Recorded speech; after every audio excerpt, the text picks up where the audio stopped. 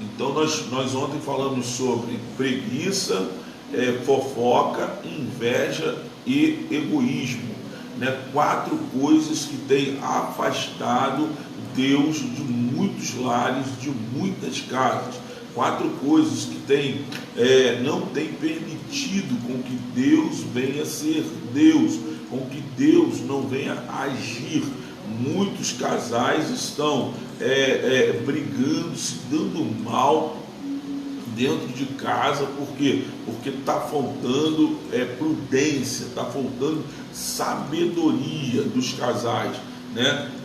Muitos casais estão vivendo ainda, né? No mundo de, vamos dizer assim, né? No mundo de Bob, né? No mundo imaginário, né? No mundo que não existe, né?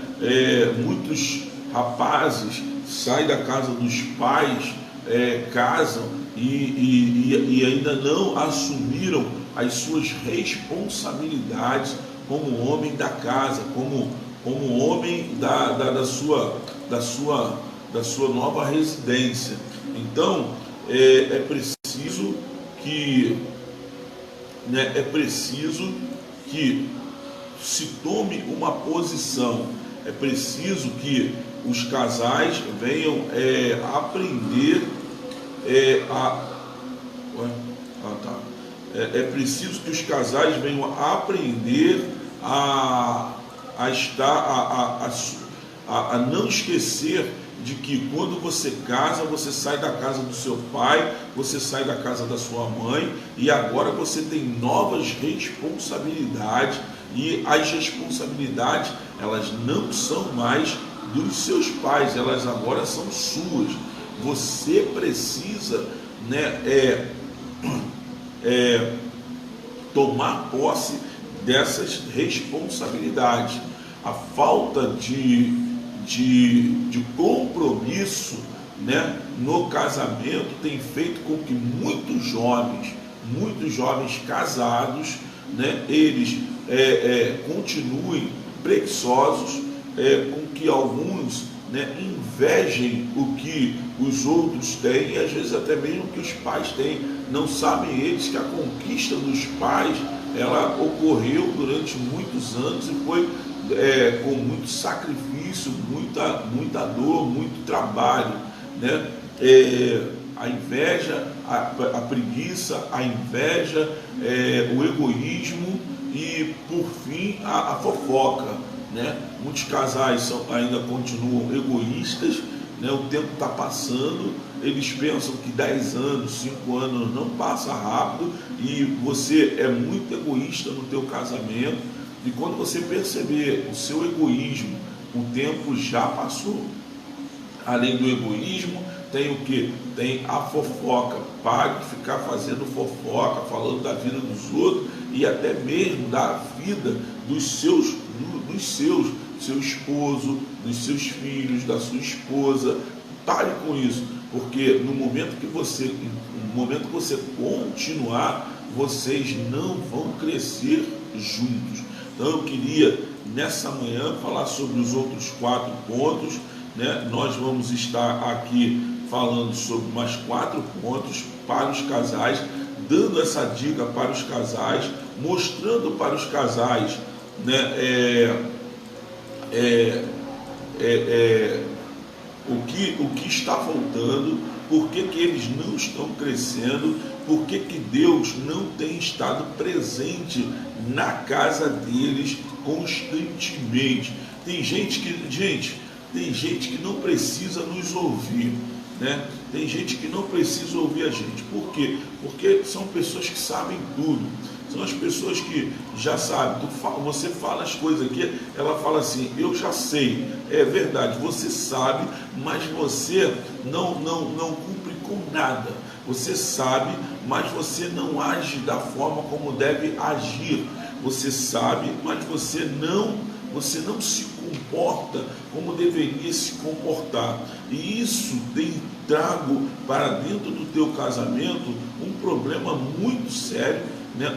Vários problemas, são problemas seríssimos, aonde vocês não conseguem se entender. O casal não consegue se entender, o casal não consegue se falar, o casal não consegue viver junto, o casal não consegue estar junto, o casal não consegue dialogar, o casal não consegue uma série de coisas. E isso é muito ruim. Eu vou ser muito sério para você. Isso é muito ruim. Isso é egoísmo da sua parte. Então, assim, eu não me importo, quando as pessoas falam para mim assim, eu já sei. Eu só falo para elas assim, quando elas falam para mim, eu sei disso. Quando elas falam para mim isso, eu falo assim para elas assim, graças a Deus, Então, eu não preciso falar para você, porque você já sabe, então eu não preciso te orientar. Eu não preciso. Mas William, você está sendo grosso. Não, não estou sendo grosso. Eu estou sendo sincero. Porque de repente, o que você está falando que é minha grosseria, ela de repente, ela é o quê? O start que a pessoa estava precisando. O start para dizer assim, caramba, cara, eu não sei, e eu estou dizendo para o cara que eu sei, para dizer que eu sei, para dizer que eu entendo, quando na verdade eu estou vivendo esse problema, estou precisando ouvir a orientação de alguém, porque eu não estou sabendo lidar com isso. Então a gente pega e tenta dar um start na pessoa, tenta fazer com que ela venha tentar a pensar, porque ela não está pensando, ela chegou a um nível da vida dela que ela já não pensa mais, ela já não raciocina mais, ela já não está nem mais aí, ela é egoísta, ela é soberba, ela está fazendo o papel de fofoqueira, ela é invejosa, é uma pessoa preguiçosa, e a pessoa não consegue ver esses pontos acoplados à sua vida, à sua personalidade. Ela consegue ver muito bem o outro, mas não consegue ver em si mesmo. Bom, 8 defeitos dos casais que só sabem afastar o Senhor de suas casas. Nós falamos o número 1, que é preguiça, número 2, fofoca, nós falamos o número 3, que é inveja, e o número 4, que é egoísmo. Número 5, nós vamos iniciar aqui, eu vou fazer uma introdução rápida e nós vamos iniciar. A única pessoa que pode, entenda isso, aqui a gente começa a nossa segunda parte da nossa live, a segunda parte da nossa live a gente inicia aqui falando sobre 8 defeitos dos casais que só sabem afastar o Senhor de suas casas. Eu vou fazer a leitura da introdução, da introdução, e a gente começa com os nossos pontos. A única pessoa que pode te impedir de viver perto de Deus e de conquistar tudo aquilo que Ele quer para a sua vida é você mesmo. Você tem, entenda uma coisa, pare de ficar culpando os outros pelas suas derrotas, pare de ficar culpando os outros pelas suas não conquistas, pare de ficar culpando os outros por aquilo que você não conseguiu realizar na sua vida. Pare de culpar os outros, o seu esposo, a sua esposa, pare de culpar os seus filhos, pare de culpar a casa, pare de culpar as suas tarefas por você não ter conquistado as coisas que você deveria conquistar. Muitas pessoas, elas têm essa mania, mas na verdade o que nós percebemos é que elas não conquistaram o que elas tinham que conquistar por causa delas mesmas.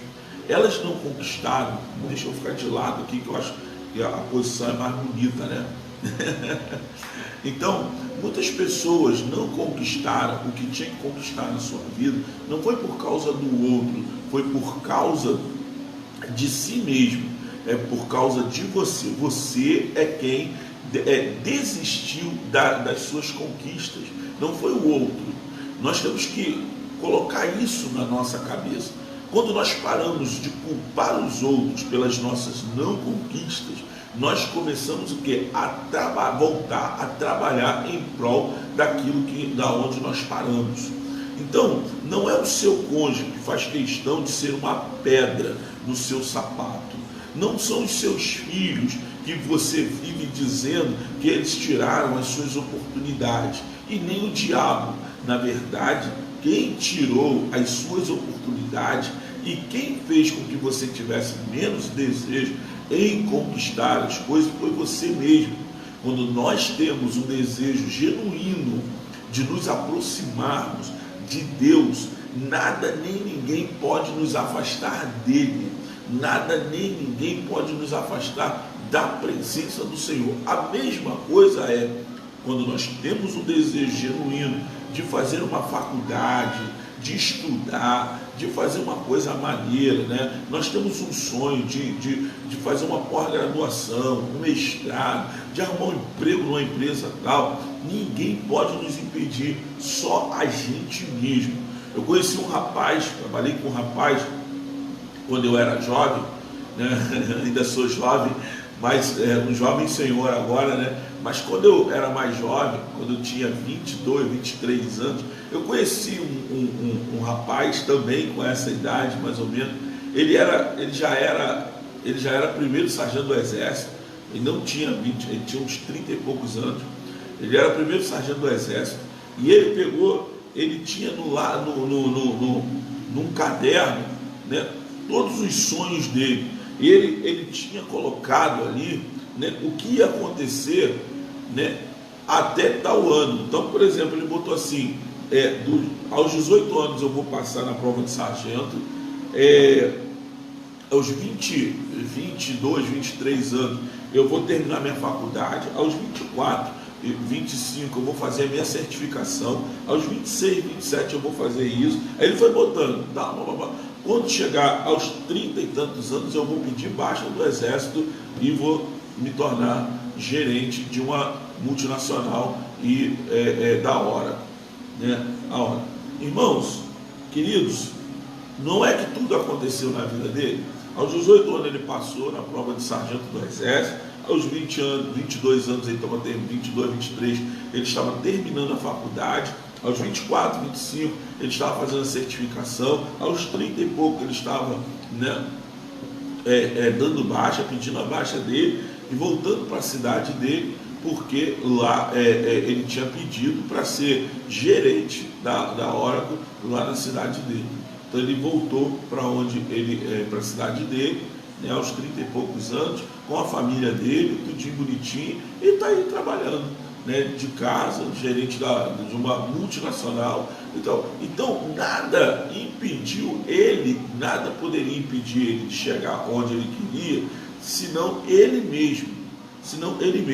Quando nós temos o desejo genuíno de conquistar alguma coisa, a gente vai conquistar, a gente vai chegar lá. Filipenses, né, capítulo 3, verso 13 e 14, diz assim: irmãos, não penso que eu mesmo já o tenha alcançado, mas uma coisa faço, esquecendo-me das coisas que ficaram para trás e avançando para as que estão adiante, prossigo para o alvo, a fim de ganhar o prêmio da chamada celestial de Deus em Cristo Jesus. O que Paulo nos ensina? Paulo nos ensina que nós, em vez de ficarmos acusando as pessoas pelo nosso fracasso, que nós deveríamos o quê? Deixar as coisas, né, que nos atrapalharam para trás e prosseguir para o alvo, seguir para frente, andar para frente, deixar de ficar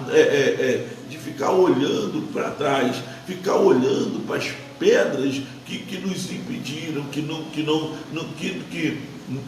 foram até bênção para nós, não foram nem pedras, né?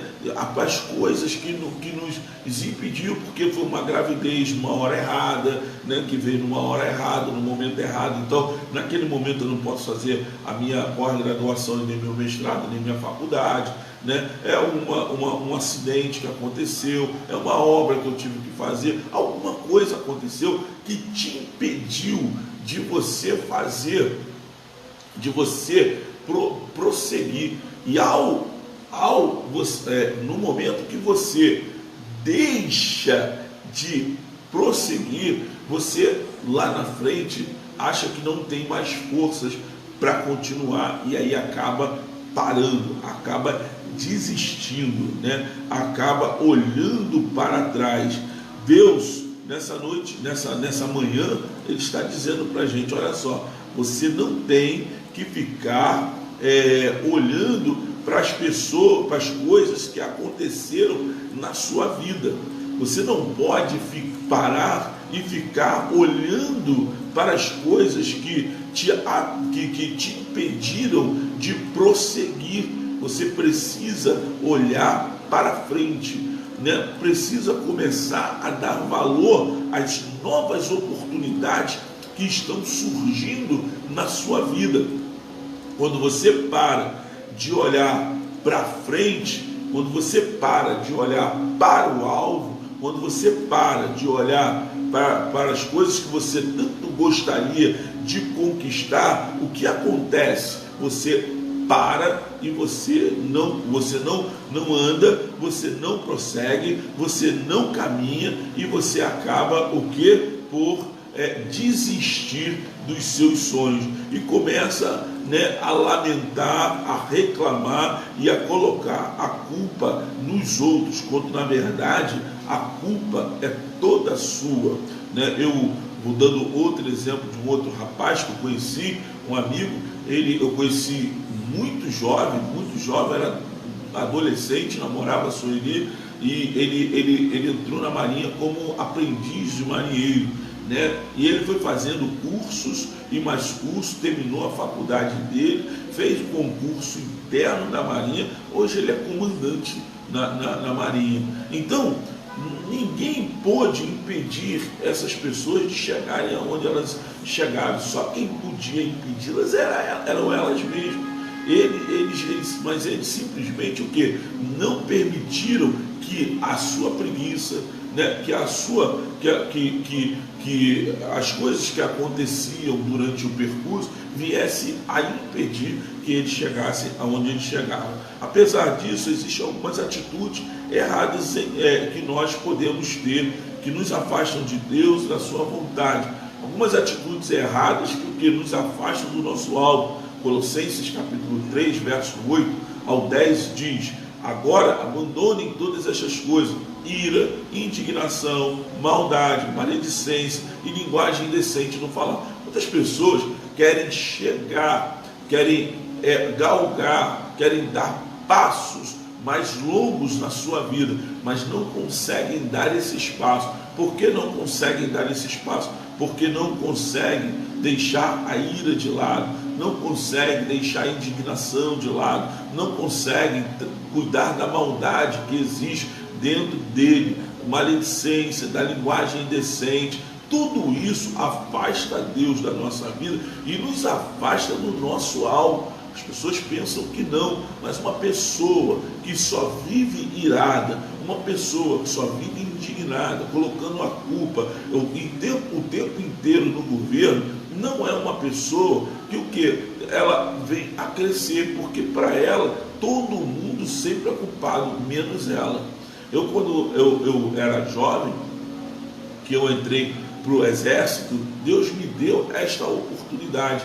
Eu simplesmente agarrei a oportunidade que o Senhor me deu, né? Sou estabilizado, né? O meu tempo de serviço daqui a pouco, né, acrescentou em mais 4 meses, mas eu aproveitei a oportunidade, não fiquei lamentando e colocando a culpa no governo pelas coisas que eu não estava conseguindo na época na minha vida. Primeira oportunidade que eu tive, eu agarrei, né? Tinha que ter um curso de informática, eu tinha o curso, né? Tinha que fazer uma prova, eu fiz a prova, fui o primeiro colocado na prova e estou aí hoje. E a gente se esquece dessas pequenas coisas, né? Que a gente precisa abandonar determinadas coisas. Essas coisas, né, como a ira, a indignação, a maldade, a maledicência, tem impedido com que o Senhor venha agir dentro da tua casa, tem impedido que o Senhor venha agir na tua vida, na vida do teu cônjuge, na vida dos teus filhos, né? Paulo falando aos Colossenses, no capítulo 3, no verso 23, o apóstolo Paulo diz assim: tudo o que vocês fizerem, façam de todo o coração, como para o Senhor e não para os homens. façam de coração. O problema é que a gente faz, as pessoas fazem as coisas às vezes para mostrar para os outros. Eu tenho muitos amigos no meu trabalho, né? Na verdade, eu tenho um amigo no meu trabalho, não, alguns amigos, né? Mas no meu trabalho eu tenho um amigo principalmente que ele adora fazer as coisas para chamar a atenção do chefe. E ele não percebe, às vezes, que algumas, ou ele percebe, ele se faz desentendido, né? Ele faz as coisas, né, para chamar a atenção do chefe, mas no final nós estamos sendo prejudicados pela atitude dele. Então ele não se importa, né, com o outro, em prejudicar o outro, ele simplesmente se importa com ele mesmo, né, em ficar bem com os outros. Esse tipo de atitude não agrada ao coração de Deus e afasta o Senhor da sua casa, né? Se você tem alguma coisa para fazer, faça de todo o teu coração, não faça para o outro. Essa é a minha introdução, né? 8 defeitos dos casais que só sabem afastar o Senhor das suas casas. Eu vou falar 4. O número 5, né? É a ganância. A ganância tem afastado muitas pessoas, né? A Bíblia é muito clara, tem afastado muitas pessoas da presença de Deus. A Bíblia é muito clara em relação a isso. O amor ao dinheiro é a raiz de todos os males. Porém, nós às vezes, né, interpretamos erradamente o versículo de 1 Timóteo, capítulo 6, verso 10, onde o apóstolo Paulo, falando ao jovem Timóteo, ele diz: porque o amor ao dinheiro é a raiz de toda a espécie de males, e nessa cobiça alguns se desviaram da fé e se traspassaram a si mesmo com muitas dores. Algumas pessoas interpretam erradamente esta passagem bíblica, dizendo, né, elas falam, né, com propriedade: o dinheiro é a raiz de todos os males. Mas ter dinheiro não é o problema, não é o problema. O dinheiro é algo neutro nessa história. Na verdade, o dinheiro pode ser usado para coisas boas e para coisa ruim. O problema é quando a gente, né, quando o dinheiro nos desvia, nos tira do nosso foco, quando o dinheiro não nos deixa, né, quando ele não nos deixa seguir um propósito, fazer com que ele, né, seja bem utilizado, quando a ganância toma conta da nossa vida, né, e nós acabamos por ser deixado e levado a caminhos, né, que, segundo Provérbios, parecem perfeitos, parecem bons, mas o seu fim é o que? A perdição. Porque nós nos deixamos ser seduzidos por aquela quantia, por aquele dinheiro. Pessoas que se desviam em determinado momento, né, que estavam andando no caminho certo, né, estavam na igreja, estavam bem na igreja, né, eram líderes de ministérios, eram obreiros na casa do Senhor, pessoas que estavam bem, mas ganharam muito dinheiro, e devido a algumas decepções que ocorreram dentro do ministério, dentro da igreja, eles não mais seguiram o ministério, seguiram o caminho do dinheiro. O dinheiro fala: vai para a região dos lagos, vai para a Costa Verde, vai para a tua casa de praia, e a pessoa simplesmente, numa programação da igreja que está sendo anunciada, né, durante todo o mês, né, que vai haver um evento importante na igreja, né, de 3 dias, 2 dias, aniversário da igreja, festividade dos jovens, festividade dos homens, festividade das mulheres. Ele simplesmente, o que ele faz? Ele se ausenta, ele já não tem mais prazer em estar ali na casa do Senhor. Eu vou falando e mando ver, né, gente? Então me acompanha aí. Essas pessoas, né, se desviaram da fé e consequentemente deixam claro, né, que eles uma vez estiveram, né, entre os da fé, né? Nesse momento eles estão entre os da fé, mas estão longe, e alguns até dizem assim: eu dou meu dízimo, eu dou minha oferta, mas na verdade Deus não quer seu dízimo e a sua oferta. Deus quer o teu coração. Deus, o teu dízimo é muito importante para a igreja, o teu dízimo, a tua oferta são muito importantes para a igreja, mas o que Deus deseja mesmo é o teu coração. Deus deseja te ouvir, Deus deseja estar com você, Deus deseja caminhar com você. Então a Bíblia fala de vários homens com temor a Deus que eram bastante prósperos em termos de bens e que não permitiram que esses bens viessem o quê? A corrompê-los. Por exemplo, Jó e Abraão.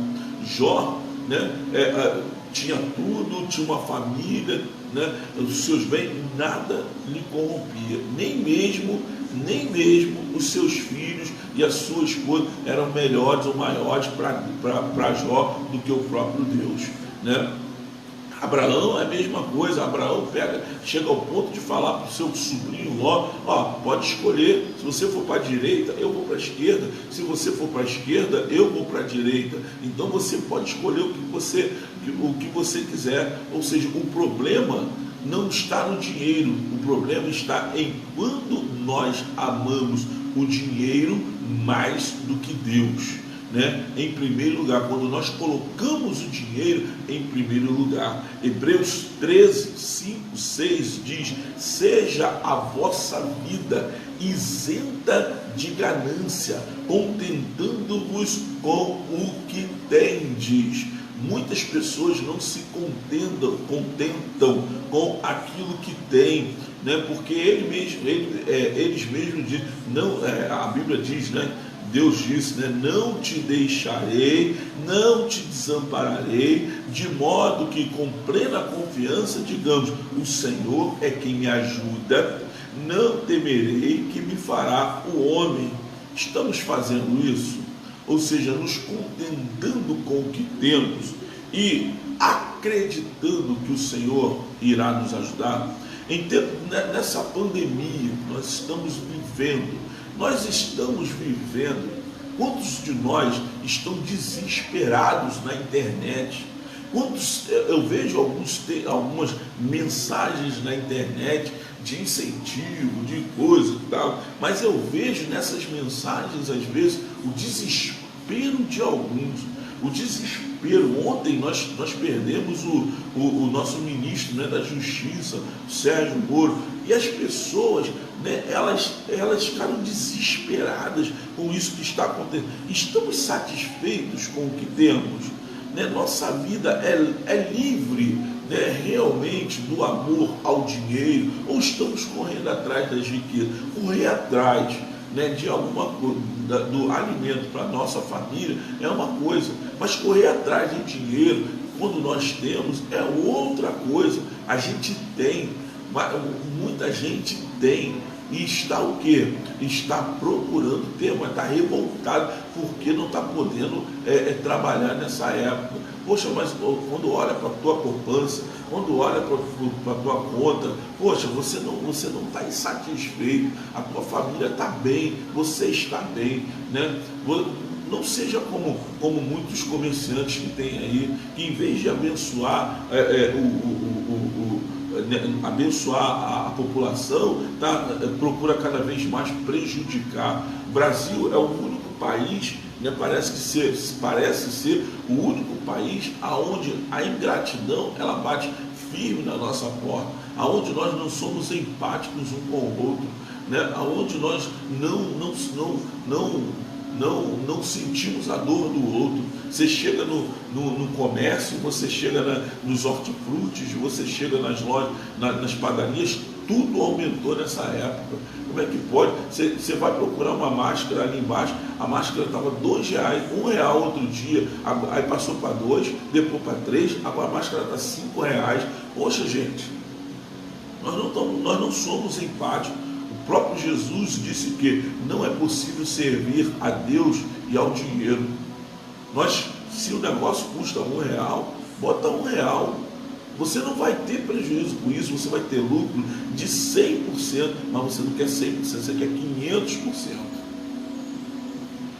Isso é falta de empatia. Lucas 16:13, nenhum servo pode servir a dois senhores, porque ou há de odiar um e amar o outro, ou se há de chegar a um e desprezar o outro. Não podeis servir a Deus e a Mamon.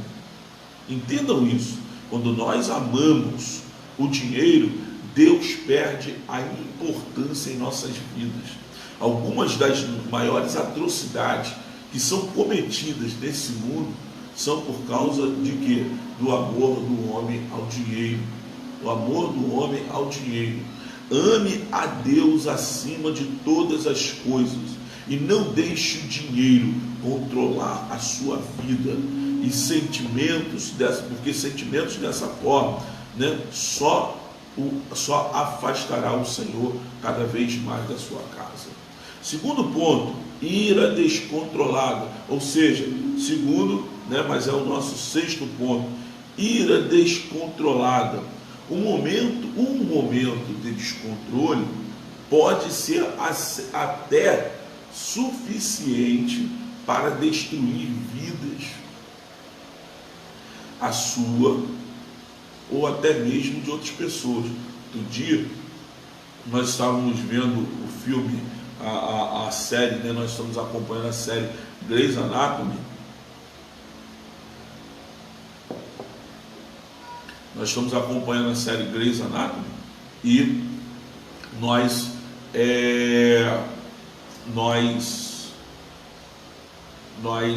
estávamos vendo um casal indo viajar e no meio do relacionamento, ali no meio no carro ali, né, eles começaram a discutir, a brigar um com o outro. Nisso que briga um com o outro, a menina vem e fala assim: eu quero sair do carro, para o carro, e ela, numa ira descontrolada, ele para o carro. Só que quando ele para o carro e ela desce do carro, né, um buraco é aberto na rua, ela cai, o carro deles cai em cima da perna dela. Aí você vai dizer assim: poxa, mas isso já ia acontecer, não era por causa da briga. O buraco realmente ia abrir naquele momento, naquela hora, né? Mas se eles talvez, né, tivessem controlado a briga deles, ela tivesse, né, falado para ele assim: segue, né? Ou nem tivesse falado nada, né? Então eles só caíram porque ele parou o carro, porque de repente, se eles continuam, eles não caem. O buraco foi muito grande, mas de repente eles não cairiam. E de repente poderia cair, mas poderiam sofrer um acidente de outra maneira. Ela não teve que amputar a perna, ela teve que amputar a perna. Ira descontrolada, momento de descontrole, que o que? Poderia ter morrido os dois, né? Os dois não morreram, mas a vida da mulher, ela parecia ser tão arrogante, né? E altiva, que aparentemente a vida dela acabou ali. Então, a ira descontrolada leva a isso, a gente a destruir a vida de outras pessoas e às vezes a nossa mesma. A ira em si não é um pecado. A ira em si não é um pecado, porque a Bíblia diz que é possível nos irarmos sem pecar. Efésios capítulo 4, 26 diz: irai-vos e não pequeis, não se ponha o sol sobre a vossa ira. Então é possível que a gente peque sem que a gente se ire, sem que a gente venha, né, a machucar o outro de tal maneira que o outro, né, venha a ser, né, ficar totalmente abatido. Há momentos na nossa vida em que é normal nos irarmos. Sim, é normal. Isso vai acontecer. Há momentos na nossa vida que é normal a gente se irar, a gente se chatear, né, com alguma situação, com alguma coisa que acontece. Até Jesus se irou. João capítulo 2, verso 16, a partir do verso 16, mostra o que? Jesus se irando com os mercadores, né, que faziam da casa do seu pai, né, uma casa de negócio. O grande problema não é a ira, mas é quando a ira vem de forma prolongada e descontrolada sobre a nossa vida. Quando a ira controla a nossa vida, né, nos afastamos de Deus. E quando nos afastamos de Deus, a gente simplesmente, né, não permite mais que o Senhor, né, Ele trabalhe, Ele nos dirija. A gente permite apenas que o nosso eu, o nosso ego, ele fale mais alto. A mansidão é um dos aspectos do fruto do Espírito, e através dela nós podemos impedir que a nossa ira se transforme em pecado. Mansidão é um dos frutos do Espírito, e a gente precisa colocar ele em prática na hora da nossa ira descontrolada. Eu sei que é difícil, eu sei que é complicado para o casal, quando está brigando, quando está discutindo, né, colocar a mansidão, né, ali em primeiro lugar, né, porque tem hora que você fala, parece que teu cônjuge, ele não está te ouvindo, parece que teu cônjuge está em outro mundo, né, e aí você faz uma pergunta, né, e ele não está nem aí. Outro dia mesmo eu estava aqui com a Sueli e eu estava vendo um negócio aqui, aí eu estou, né, escrevendo e explicando para ela, aí daqui a pouco eu olhei para ela, estava lá mexendo no telefone, aí eu falei para ela assim: filha, você ouviu o que eu falei? Aí ela: não estou entendendo. Aí eu: tá bom. Passado alguns segundos, ela: eu não entendi aquele número. Aí eu olhei, respirei, permiti que a mansidão tomasse conta do meu coração e não a ira, mas eu tive que falar, né, irmãos? Eu estou falando contigo, você está olhando no celular. Então, Tito capítulo 3, verso 2 diz o quê? Que a ninguém infame, nem sejam contenciosos, mas modestos, mostrando toda a mansidão para com todos os homens. Bem-aventurados os pacificadores, pois serão chamados filhos de Deus. O fruto Mateus 5,9 e Tiago 3,18. O fruto da justiça semeia-se em paz para os pacificadores. Que coisa linda, né? O fruto da justiça semeia-se em paz para os pacificadores. Você é pacificador? Você tem tido paciência aí com o teu cônjuge? Você tem tido paciência com o teu parceiro, com a tua parceira, com o teu colega, com o teu amigo? Você tem agido de forma mansa com ele, quando ele tem sido, às vezes, né, tem se irado de forma descontrolada com você? Se você não tem sido, passe a ser. Certamente vocês, não só um, mas todos vocês ganharão muito. Terceiro ponto e sétimo: imoralidade sexual. Imoralidade sexual, sim. Imoralidade sexual é o que eu vou falar agora, né? É o nosso ponto agora. Nós vamos falar sobre a imoralidade sexual, tá?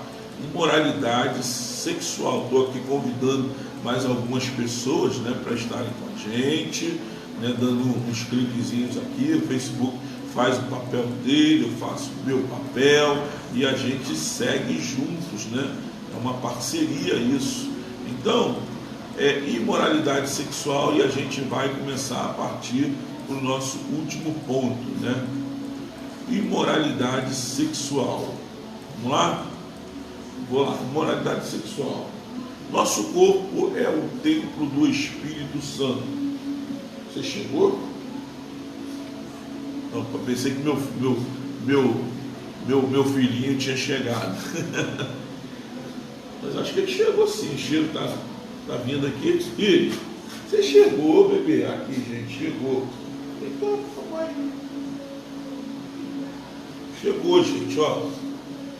Ó, senti um cheirinho aqui gostoso aqui. meu bebê chegou, ó, que bonito, chegou agora da poda, né, do pessoal lá que deu o banhozinho nele, né, tá todo bonitão, tá seloso, aí ele não gosta muito de aparecer não, eu senti o cheirinho dele, aí já achei logo que ele tinha vindo, mas ele vem e já chega indo logo para se arrastar no chão, né? Porque ele vem incomodado de lá, ó, tá aqui, ó. É sempre bom, né? Nosso corpo é o templo do Espírito Santo. Quando praticamos algum tipo de moralidade sexual, estamos pecando contra o próprio corpo, profanando a moradia do Espírito Santo. Entenda isso. 1 Coríntios capítulo 6, verso 18 e 19 diz assim: fugir da fornicação. Todo pecado que o homem comete é fora do corpo, mas o que fornica peca contra o seu próprio corpo. Ou não sabeis que o vosso corpo é o templo do Espírito Santo, que habita em vós, proveniente de Deus, e que não sois de vós mesmos.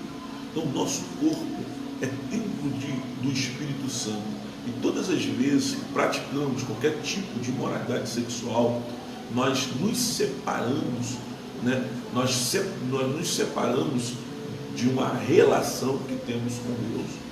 Nós estamos relacionados ao Senhor, mas no momento que pecamos, a moralidade sexual, ela quebra essa relação que nós temos com o Senhor. Nós nos separamos de Deus.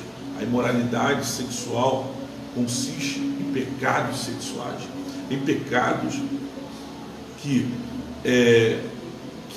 afastam o homem, que corrompem o homem, que não permitem com que o homem ele venha crescer, com que o homem ele venha ter até mesmo prazer com a sua esposa em casa.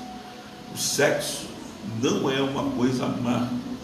O sexo foi criado por Deus para ser vivido entre duas pessoas casadas, entre duas pessoas que são de Deus, entre duas pessoas que entre duas pessoas que contraíram o matrimônio, entre duas pessoas que se tornaram uma. Por ser o criador da sexualidade, Deus determina a maneira correta de nós praticarmos o sexo. O sexo não é algo ruim, o sexo é algo bom. O sexo não é algo, né, que a gente condene, não. O sexo é algo que provém de Deus. O sexo provém de Deus. Deixa eu ver um negócio aqui. Eu vou falar para você aqui alguns pontos, né? O sexo, Deus criou o sexo para, né, pensamento, né, mente, né? Ou seja, ele está relacionado ao nosso pensamento, à nossa mente. Gênesis 1, 28, Provérbios 5, 15. Ele é um termômetro. Sexo é sentimento, mexe com as nossas emoções. E o sexo é o que? Nosso comportamento sexual. Mexe com a gente, né? Nosso comportamento muda. Sexo é bom para a saúde, né? É bom para o coração, é bom para o humor, é bom para a autoestima, é bom para o combate à dor, longevidade, musculatura no trabalho, você fica mais forte, né? O nosso sono é derrubado, a imunidade ela melhora, né? A menstruação da mulher ela fica mais regular, né? É bom para a próstata, é bom para o peso, né? Então tá aí. Mas o sexo foi feito para quê? Para o casamento. Porque por que nós buscamos um sócio no casamento, né? Por que nós buscamos ter uma sociedade no casamento? É uma sociedade onde haverá o quê? Comprometimento, né? Quando há comprometimento, há sacrifício, há dedicação e há entrega, né? Quando há uma sociedade, há lealdade. Nessa lealdade, há decisões em conjuntos, né? Quando nós buscamos uma sociedade, essa sociedade tem que ter o quê? Transparência. Ou seja, nós temos que prestar contas um ao outro sempre, sempre. Então, não pense que o sexo é algo ruim. Não, o sexo é algo bom. E como diria o pastor Josué Gonçalves, fazer amor é uma arte, né? Pois honra, né? Dá segurança, traz intimidade, né? E faz com que o que? A gente seja leal cada vez mais um ao outro. Amém? Gente, que coisa linda, né? Então, qualquer atividade sexual praticada fora do casamento é imoralidade sexual, ou seja, é pecado. 2 Pedro 2,10, especialmente os que seguem os desejos impuros da carne e desprezam a autoridade, são insolentes e arrogantes. Esses homens não têm medo de difamar os seres celestiais. Esses homens não têm medo de difamar a Deus.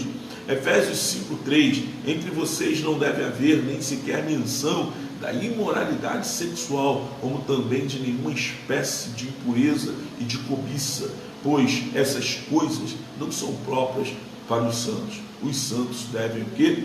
Correr.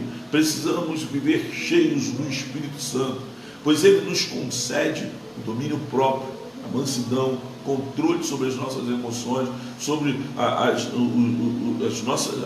nos ajuda a fugir das tentações, nos ajuda a fugir da imoralidade sexual, como diz Paulo à igreja de Coríntios, em 1 Coríntios 10,13, não sobreveio sobre vós tentação que não fosse comum aos homens. Deus é fiel, ele não permitirá que vocês sejam tentados além do que vocês podem suportar. Mas quando vocês forem tentados, ele mesmo providenciará um escape para que vocês possam suportar. Hebreus 4, 15 e 16, pois não temos um sumo sacerdote que não possa compadecer-se das nossas fraquezas, mas sim alguém que, como nós, passou por todo tipo de tentação, porém sem pecado. Assim, aproximemo-nos do trono da graça com toda a confiança, a fim de recebermos misericórdia e encontrarmos graça que nos ajude no momento da necessidade. Feliz é o homem que persevera na provação. Tiago 1, 12 e 14. Porque depois de ser provado, ele receberá a coroa da vida, que Deus prometeu a todos aqueles que ele ama. Quando alguém for tentado, jamais deverá dizer, estou sendo tentado por Deus. Pois Deus não pode ser tentado pelo mal, e a ninguém tenta. Cada um, porém, é tentado pelo próprio mau desejo, sendo por este arrastado e seduzido. Amém? Eu termino, quarto e último, oitavo, idolatria. 8 coisas, 8 defeitos que têm afastado os casais, e 8 defeitos dos casais que só sabem afastar o Senhor. Este é um dos defeitos, moralidade sexual. Você só sabe afastar o Senhor aí. Idolatria, último, idolatria. Muitas pessoas não entendem o conceito de idolatria. Acham que idolatria é apenas o ato de adorar uma imagem, ou outro Deus. Não. Na verdade, idolatria, quando o seu amor ao dinheiro é uma idolatria, você está amando mais o dinheiro do que a Deus. Outra coisa, os pais esquecem que os filhos não são deles, os filhos são herança do Senhor. Tem pai que fica chateado comigo quando eu falo para ele assim, o filho não é seu. Ele fala assim, não, o filho é meu. Não, o filho não é seu, o filho é do Senhor. O Senhor, ele te deu o filho dele para você cuidar, para você zelar por ele, para você cuidar dele. Mas o filho não é seu. Como assim o filho não é meu? A Bíblia vai dizer o quê? Que os filhos são herança do Senhor. Os filhos são herança do Senhor. Herança não é propriedade. eu ganhei uma herança, né? Mas essa herança só vou obter o quê? Depois que o outro morrer. Jesus morreu, mas ressuscitou, então ele está vivo. Se ele está vivo, o filho não é teu. Você é herdeiro, você é herdeiro, você não é dono ainda. Entenda isso, tá vendo? Mas a verdade é que o que? Isso é perigoso, porque as pessoas acham que são donos dos filhos e aí começam a idolatrar os filhos, né? Eu conheci um rapaz, trabalhava comigo, né? Sempre o pessoal trabalha comigo, né? Eu trabalho com gente a diversidade é muito grande, mas ele tinha uma filha que no início ele idolatrava aquela menina dele, e muitas vezes a gente conversando, o pessoal falava assim: essa menina é o calcanhar de Aquiles dele. Se ela errar, ele cai, vai ser difícil. Graças a Deus a menina está aí e nunca errou, né? Mas a menina é o que? Ainda é o calcanhar de Aquiles dele.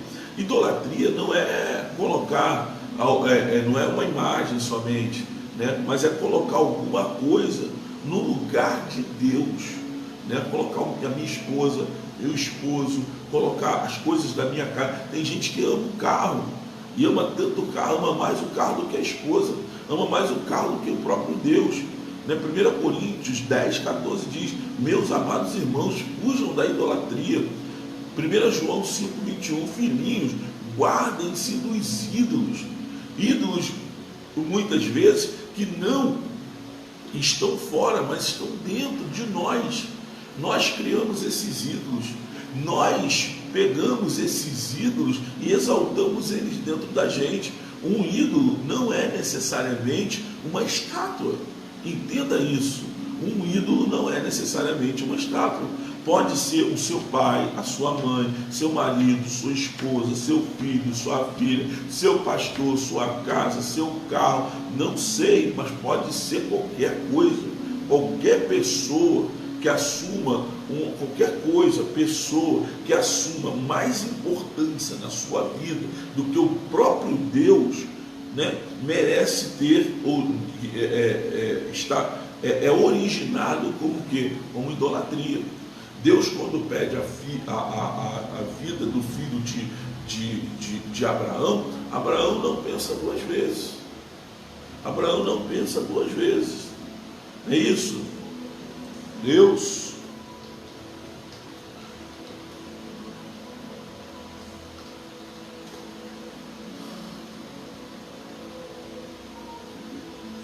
quando pede a vida, eu estava tentando lembrar o nome do filho dele, de Isaac, né? Deus quando pede a vida de Isaac, Abraão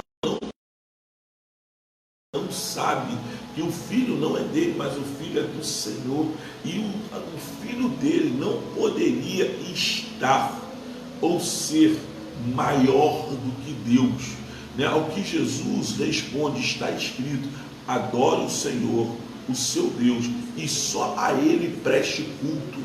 Nunca adore, Êxodo 34, 14, nunca adore nenhum outro Deus, porque o Senhor, cujo nome é zeloso, é de fato Deus zeloso, né? 4:8, aproxime-se de Deus e Ele se aproximará de vocês. Pecadores, limpem as mãos, e vocês que têm a mente dividida, purifiquem os vossos corações. Então, muitas vezes, a gente, né, coloca outras coisas, outras pessoas, né, como se fosse mais importante para Deus do que para a gente. Deus não divide a sua glória com ninguém. Entenda isso, né? Muitos casais estão errando, né? Estão afastando o Senhor de dentro das suas casas por causa da idolatria. Não, mas dentro da minha casa não tem imagem. Não estou falando de imagem. Pode ser muitas coisas. Faça o que?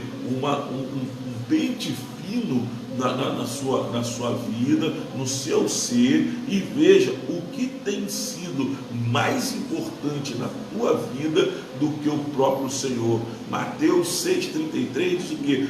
Mas buscai primeiro o reino de Deus e a sua justiça, e todas as demais coisas vos serão acrescentados. Que o dinheiro não seja motivo para você o idolatrar, que o dinheiro não seja, né, motivo para você fazer dele um Deus, né, o seu esposo, a sua esposa, os seus filhos, que nada disso venha impedir, né, de você crescer na presença do Senhor, que nada disso venha afastar o Senhor da sua casa, né?